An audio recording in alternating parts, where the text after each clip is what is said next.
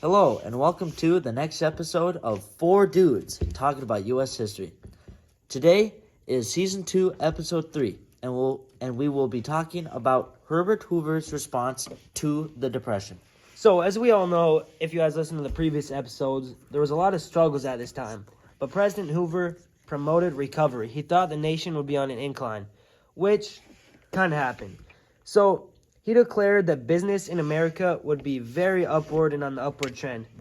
But the worst effects ended up happening in the next 60 days, which he thought would happen. But then after that, he thought everything would get better. But with the rugged individualism, stuff did go good for a little while. But after World War I, many European countries had a form of socialism, which Hoover felt kind of had a lack to the economic recovery, which resulted in everything he said that would happen failing. But with the public works, which public works are projects such as highways, parks, and libraries built with public funds for public use, it had a lot of stuff built around the country, so there was a few good things happening, but still on the downward trend. And around this time, Herbert Hoover tried to get the economy growing. He wanted to increase the money supply to help banks make loans to corporations so they could, expand production and rehire workers. So he asked the Federal Reserve to put more money into circulation. And, they refused, of course. So then he asked the National Credit Corporation, NCC, in October of 1931 to create a pool of money that allowed troubled banks to continue lending money to their communities. And this program, however, failed.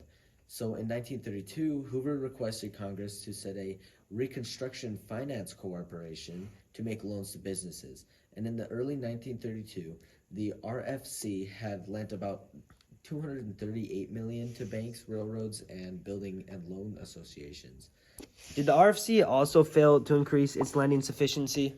Yes, it did, and the economy continued to decline.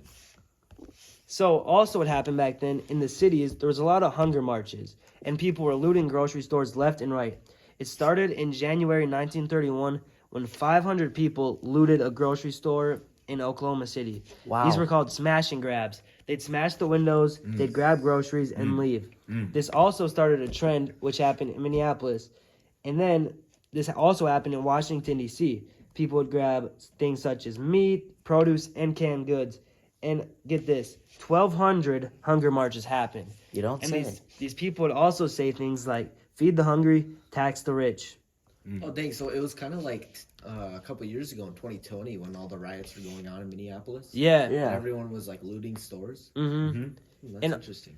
I think that wasn't just in Minneapolis. All the cities were, looting too, weren't they? And, doing this I stuff. think so. Definitely not all of them, but Any it big was a city. good amount of them. Any big All cities. downtown. Yeah, Dang Minneapolis-isms. downtown, man. Bro, what? Well, anyways, the farmers.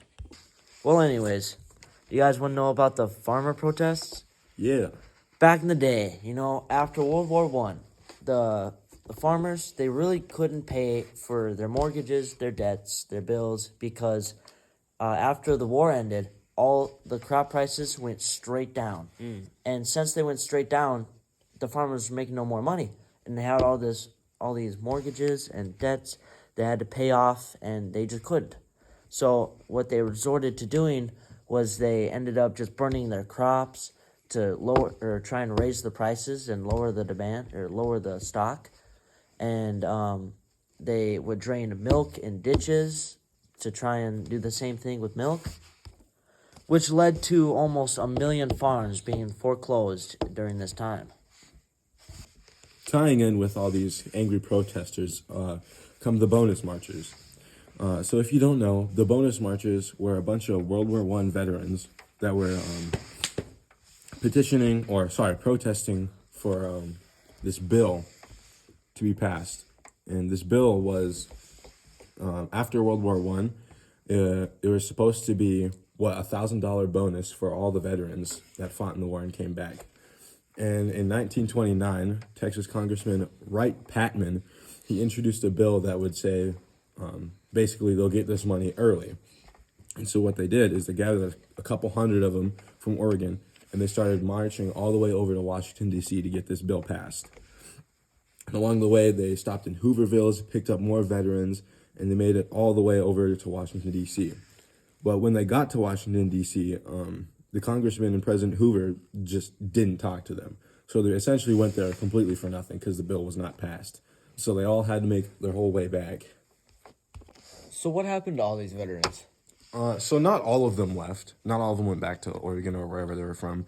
Some of them stayed. Some of them squatted in like vacant buildings. Some of them stayed in camps and stuff. And what happened was, in late July of 1932, President Hoover, he ordered for all these like buildings and camps to just be cleared, just flattened. So basically, he sent in a whole bunch of soldiers, like 700 some soldiers, and what they did is they started tear gassing the people that wouldn't leave, and they just flattened all the shacks and the buildings. They burned them and stuff like that, and they basically just kicked them all out. So what did people think of Hoover as president after that? This absolutely destroyed Hoover's public image. Not only did it fix anything, the depression's still going on. The bonus archers just have to make their way back now with absolutely nothing, and some of them are dead. So this is horrible. Yeah. So I think that's all we have time for today. It's been real. It's been fun. But it hasn't been real fun. Yeah.